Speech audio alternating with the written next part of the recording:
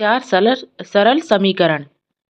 सरल समीकरण का मतलब जिसको आसानी से हम लोग हल कर सकें। ठीक है, चलिए हल करते हैं। लिखा है निम्नलिखित में कौन सा सरल समीकरण है। तो 2q ऋण 6 यहाँ पर क्या हो जाएगा, सरल समीकरण हो जाएगा। बी नंबर हमारा सही।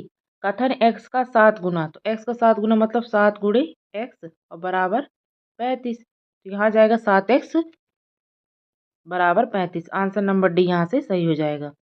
उसके बाद बारी आती है यहाँ से समीकरण x-9 बराबर 7 के लिए कथन कौन सा सही है। तो इसमें कथन कौन सा सही रहेगा कि x, क्या लिखा है यहाँ पर, संख्या 7 x से 9 कम है।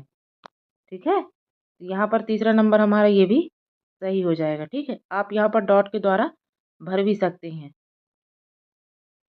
उसके बाद बारी आती है चौथे नंबर की, समीकरण 2q-6 का बराबर 0 का हल क्या हो जाएगा, यहाँ से 3 हो जाएगा। हल कैसे करते हैं मैं आपको एक समझा दे रहे हैं। देखिए यहाँ पर लिखा है 0, तो 0 किधर ले गए तो 6 आ जाएगा। यहाँ पर लिख देंगे 2, 2 1 कम 2 और 2 तिहाई 6, यहाँ पर 3 हमारा आंसर। समीकरण 4n-17 बराबर 25 को संतुलित करने के लिए चर का मान क्या होगा, तो 2 होगा। किसी संख्या का 7 गुना उसी संख्या के 13 गुना से 12 कम है, तो इस कथन को समीकरण से बदलिए। सबसे पहले हम यहाँ पर लिख देंगे कि माना कि वह संख्या क्या है हमारे लिए, x है। ठीक है, तब x का 7 गुना, अब x का 7 गुना तो 7x बराबर, अब क्या लिखा है, उस संख्या के 13 गुने से 12 क्या है, कम है। अब यहाँ क्या करेंगे, 7x और ये धन का है तो इधर आएगा तो ऋण का, तो 7x ऋण 13x बराबर ऋण 12, 13 ऋण 7x बराबर 12। इस तरीके से हमको हमारा संख्या मिल जाएगी। ठीक है, किसी संख्या के 1/3 में से 1 घटाने पर 1 प्राप्त होता है, तो संख्या ज्ञात कीजिए। सबसे पहले लिखेंगे माना कि वह संख्या x है। ठीक है, उसके बाद अपन क्या करेंगे, x का 1/3 बराबर x/3, x/3 से 1 घटा देंगे तो क्या मिल जाएगा हमको, x/3 यही रहेगा। और हम क्या करेंगे, ये ऋण का है तो इधर आ जाएगा तो ये धन का हो जाएगा। उसके बाद अपन क्या करेंगे कि x/3 एक एक कितना हो गया 2, इस 2 का इसके साथ हो जाएगा गुणा, तो x बराबर 2 गुणे 3, मतलब वह संख्या कौन सी हो जाएगी, 6। वह संख्या ज्ञात कीजिए जिसके 8 गुने में 4 जोड़ने पर 60 प्राप्त होता है। तो फिर वही लिखेंगे कि माना वह संख्या x है, अब उसके 8 गुने मतलब x गुणे 8 धन 4 जोड़ दिए बराबर 60 आ गया। तो 8x धन 4 बराबर 60, 8x बराबर 4 इधर धन का जुड़ जाएगा तो ऋण का, तो 56 और 8 सते 56 मतलब x बराबर 7। अतः वह संख्या क्या हो जाएगी, 7 हो जाएगी, जिसके 8 गुने पे 4 जोड़े पर 7 प्राप्त होता है। दो पूरक कोणों का अंतर 20 डिग्री है, तो पूरक कोणों का माप ज्ञात कीजिए। लिखेंगे माना पहला पूरक कोण x और दूसरा पूरक कोण हो जाएगा x ऋण 20। पूरक कोणों का योग कितना होता है, 90 होता है। तो x धन x ऋण 20 बराबर 90, x दोनों जुड़ जाएंगे तो 2x, ऋण का 20 उधर जाएगा तो धन का 20 हो जाएगा। 90 में 20 जोड़ने पर 110 प्राप्त होगा और 110 में 2 से भाग देने पर 55 डिग्री प्राप्त होगा। तो पहला हो जाएगा जो कोण हो जाएगा 55 डिग्री हो जाएगा, और दूसरा कोण हो जाएगा 55 में से 20 घटा देंगे तो 35 डिग्री। रीमा के पिता की आयु 49 वर्ष है। उनकी आयु रीमा की आयु के 3 गुने से 4 वर्ष अधिक है, तो रीमा की आयु क्या है। तो लिख देंगे माना रीमा की आयु क्या है, x है। तब प्रश्नानुसार 3x धन 4 बराबर 49, तो 3x बराबर 49 से 3 घटा दिए तो 45 मिला, x से 45 में 3 से भाग दे दिए तो 15 वर्ष आ गया।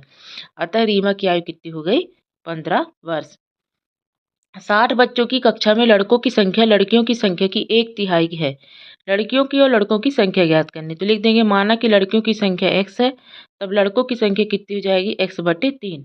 प्रश्न अनुसार हो जाएगा x धन x/3 बराबर 60, 3x धन x/3 बराबर 60, तो 4x हो जाएगा। और अब यहाँ पर हम कर देंगे त्रिज्या गुणा, मतलब कि क्रॉस मल्टीप्लिकेशन यहाँ से। तो 60 गुणे 3 बराबर कितना होगा, 180। x को यही रहने देंगे और 180 से भाग देंगे 4 में तो 45 डिग्री हो जाएगा। अब लड़कों की संख्या x/3 है, तो 45 में 3 से भाग देने पर 15 प्राप्त हो जाएगा। किसी परिवार में एक माह में गेहूं का उपयोग चावल से 4 गुना अधिक होता है।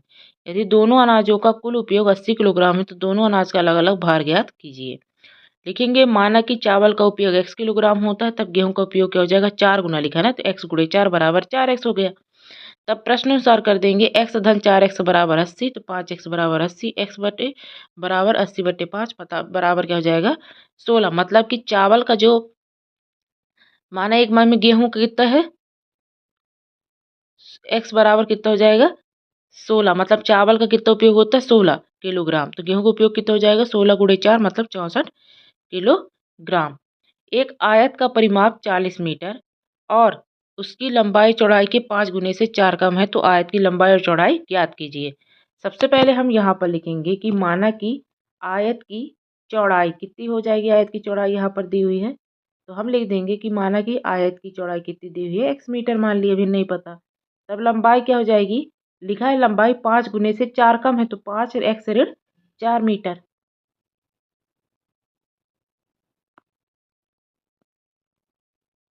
तो हम लोग यहाँ पर करेंगे हल इसको जब, तो परिमाप कितना दिया हुआ है 40 मीटर दिया हुआ है, तो आयत का लंबाई क्या होती है, परिमाप बराबर होता है 2 गुणे लंबाई धन चौड़ाई। तो यहाँ पर हो जाएगा हमारे लिए 2 गुणे 5x ऋण 4 धन x। 5x में एक x और जुड़ गया तो 6x हो जाएगा, और 2 को गुणा रहेंगे 2 छिक्का 12, 2 चौके 8 बराबर 40।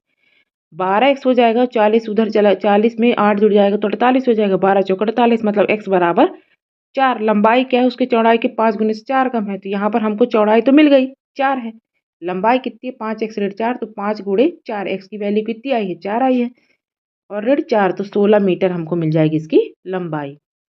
60 लड्डुओं को रवि और रिजवान में 1:3 के अनुपात में बांटा गया है, दोनों को कितने लड्डू प्राप्त होंगे। लिख देंगे माना कि रवि को कितने लड्डू प्राप्त होंगे x, एवं उसका तिहाई भाग दिया गया है रिजवान को, तो रिजवान को प्राप्त हो जाएंगे 3x। x धन 3x बराबर क्या हो जाएगा 60, तो x में 3x में जुड़ेगा 4x बराबर 60 हो जाएगा, तो x बराबर क्या हो जाएगा 60 बटे 4, तो यहाँ पर 15 आ जाएगा, और रिजवान को लड्डू मिल जाएंगे 3x मतलब 3 गुणे 15, तो हमको मिल जाएगा 45 लड्डू। अपने पिताजी और माताजी की आयु के साथ अपनी आयु का संबंध स्थापित करके 2 समीकरणों का निर्माण कीजिए। माना मेरी आयु x वर्ष, मेरे पिता की आयु 49 वर्ष है, जो मेरी आयु के 3 गुने से 4 अधिक है, तो 3x धन 4 बराबर 49। माँ की आयु 43 वर्ष है, जो मेरी आयु के 3 गुने से 2 कम है, तो 3 गुने से 2 कम है बराबर कितनी है 43 है। तो इस तरीके से हमने क्या कर दिया 4 चैप्टर भी एडग्रेड अभ्यास पुस्तिका कक्षा 7वीं का हल कर लिया। ऐसे ही हम पूरी बुक हल करेंगे और हर सब्जेक्ट को हल करेंगे, तो आप हमारे चैनल पर बने रहें और चैनल को सब्सक्राइब करें, शेयर करें, यही आप लोगों से प्रार्थना है।